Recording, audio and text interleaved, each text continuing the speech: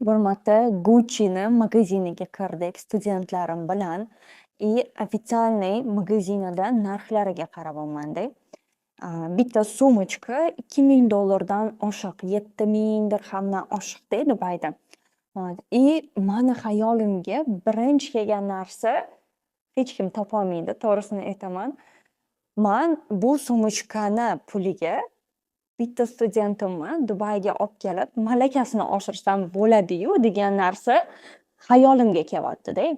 Sizchi, sizda agar $2000 pulingiz bo'lganda Gucci sumочкasini olgan bo'larmidingiz yoki kimnidir o'stirishga investirovat qilgan bo'larmidingiz? Ishoning, biza bu pullarni odamlarga investirovat qilsak, bizaga 3-4 baravar bo'lib qaytadi. Lekin biza bitta sumочкаga investirovat qiladigan bo'lsak, bizaga u sumочкаdan faqatgina feelings, ya'ni qanaqadir ощущениялар keladi, no bu tarafdan qilgan narsamizga baribirga ham yetmaydi. Sizchi nima deb o'ylaysiz? Mana shu fikrim to'g'rimi siz uchun yoki все-таки sumочка olishim kerakmidi bu pulga?